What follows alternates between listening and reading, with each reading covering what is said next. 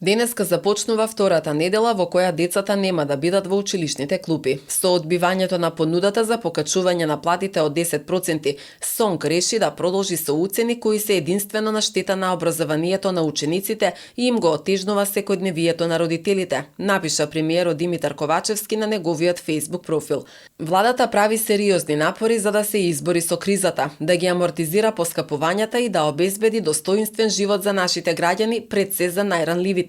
И во вакви тешки услови на светска криза, ние сме веројатно единствената влада која овозможи историско зголемување на платите и пензиите и силно финансиски ги поддржа граѓаните. И покрај се, СОНК смета дека покачувањето на платите од 2500 денари е малко. Од 2017 до денес, пишува премиерот, платите во образованието се покачани за 21%. Владата прави се што треба за да го одржи дијалогот и да најде заеднички јазик, но барањата и односот на СОНК се целосно неприфатливи. Местото на децата е во училиштата и во оваа ситуација единствено СОНК и раководството се одговорни за тоа што тие не го остваруваат правото, напиша Ковачевски.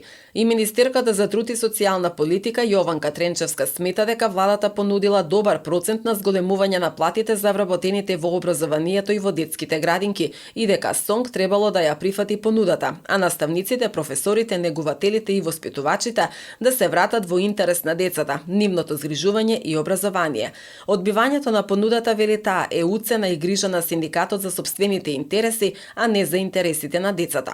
Во врска со тоа кои мерки може да бидат преземени, таа вели дека останува можноста да се најдат заменски воспитувачи и негуватели во градинките. Вчера СОНК најави дека генералниот штрајк ќе продолжи и понатаму, откако Советот на синдикатот вчера на седница одлучил да не го прифати предлогот на владата за 10% зголемување на платите, со кој би се прекинал штрајкот почнат на 11 април. Една од причините зошто овој предлог не е прифатен од СОНК е затоа што бил предложен усно, а не во писмена форма, информира од СОНК, од каде додава дека над 95% од синдикалните организации на СОНК се изјасниле за отфрлање на дадената устна понуда.